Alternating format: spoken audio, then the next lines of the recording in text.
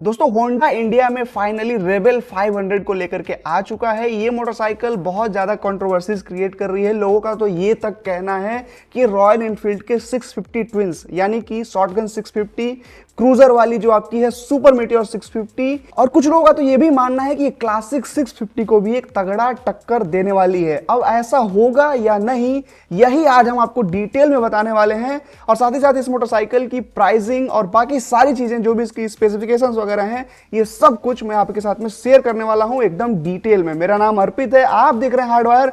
चलिए भाई होंडा के इस रेबेलियस मोटरसाइकिल को समझते हैं।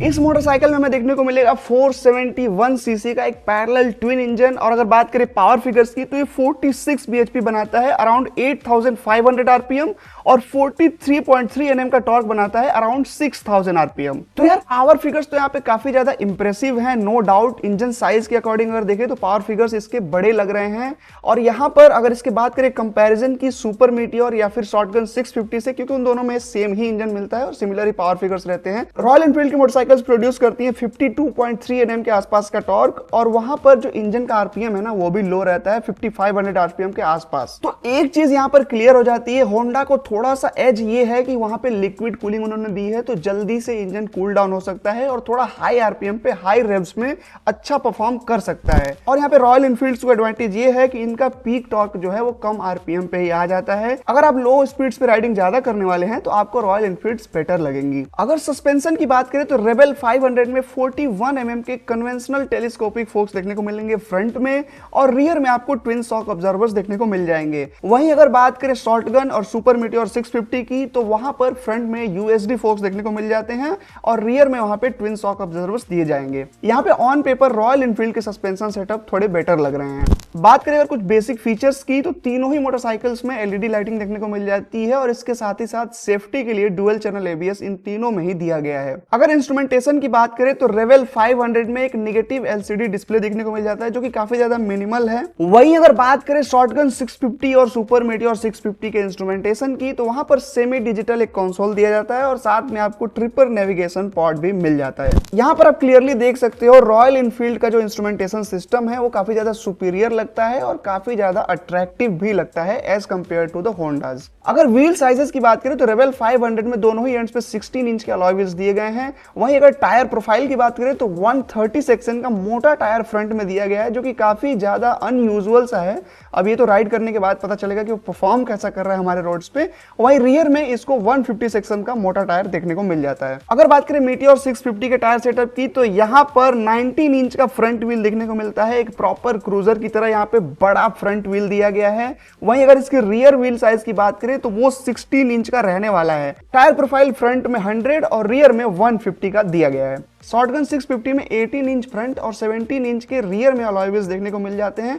टायर प्रोफाइल फ्रंट में 100 है और रियर में 150 है। अब एक और इंपॉर्टेंट एस्पेक्ट की बात कर लेते हैं, जो कि किसी भी मोटरसाइकिल चलाने वाले का सबसे पहले क्वेश्चंस में से एक रहता है, वो है भाई सीट हाइट। यहाँ पर होंडा रेबेल 500 की जो सीट हाइट है वो सिर्फ 690 mm है, जो कि इसे एक्सेसिबल बना देती है शॉर्टर राइडर्स के लिए भी। अगर मीटियोर 650 की बात करें तो उसकी 740 mm की सीट हाइट है। वहीं अगर शॉटगन 650 की बात करें तो उसकी सीट हाइट सबसे ज्यादा है 795 mm। अगर आपकी 5'6" या उससे ज्यादा हाइट है तो आप बहुत ही इजीली किसी भी मोटरसाइकिल को मैनेज कर सकते हो, लेकिन अगर आपकी हाइट 5 फीट तक भी है तो आई थिंक होंडा रेबेल 500 पे आप बहुत ज्यादा कॉन्फिडेंट फील करने वाले हो, क्योंकि सीट हाइट इसकी सबसे ज्यादा लो है। होंडा रेबेल 500 का वेट 195 kg है, और वो आई थिंक इसके फेवर में काम करने वाला है। वहीं शॉटगन 650 का वेट 240 kg और सुपर मीटियोर 650 का वेट 241 kg है, तो ये काफी ज्यादा रहने वाला है। तो भाई रेबेल 500 के बारे में ऑलमोस्ट सारी चीजें मैंने बता दी हैं। अब बात कर लेते हैं कि भाई क्या ये शॉटगन 650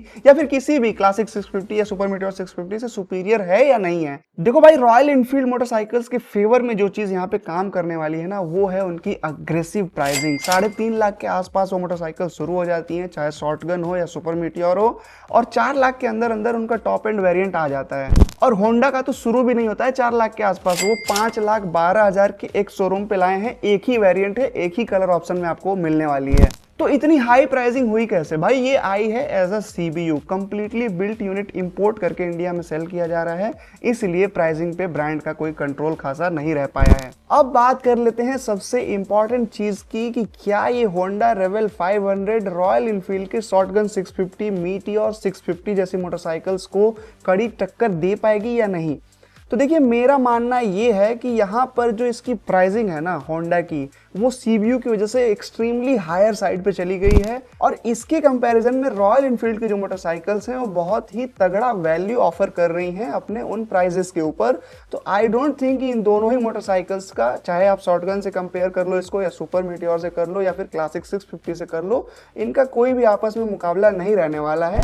और एक और यहाँ पे इंपॉर्टेंट चीज ये है कि रॉयल इनफील्ड की मोटरसाइकिल्स प्रॉपर आपको बिग बाइक फील देती हैं। सुपर मीटियोर पे आप बैठोगे तो आपको फील होगा कि आप एक बड़ी क्रूजर मोटरसाइकिल पे बैठे हो। वहीं अगर रेवल 500 की बात करें तो ये काफी ज्यादा कॉम्पैक्ट है और देखने में भी छोटी है, तो यहाँ पर वो वाली फील तो आपको यहाँ पे नहीं मिलने वाली है। और भाई शॉटगन 650 तो एक प्रॉपर बॉबर है, और वहीं क्लासिक 650 तो एक अलग ही मोटरसाइकिल है, तो यहाँ पे कोई कंपैरिजन इनका रहने ही नहीं वाला है। तो भाई फिलहाल होंडा रेवल 500 के बारे में यही सब था मेरा ओपिनियन। आपका क्या मानना है हमें कमेंट्स में जरूर बताइएगा। इस बाइक के बारे में या किसी भी ऑटोमोबाइल का कुछ भी आपका क्वेश्चन हो तो नीचे कमेंट्स में पूछिए, हम हमेशा आपका आंसर देने के लिए तैयार बैठे रहते हैं। और भाई इस वीडियो को शेयर कर दीजिए अपने होंडा फैन बॉय फ्रेंड्स के साथ में, क्योंकि वही लोग हैं जो कि इस मोटरसाइकिल को खरीदने वाले हैं।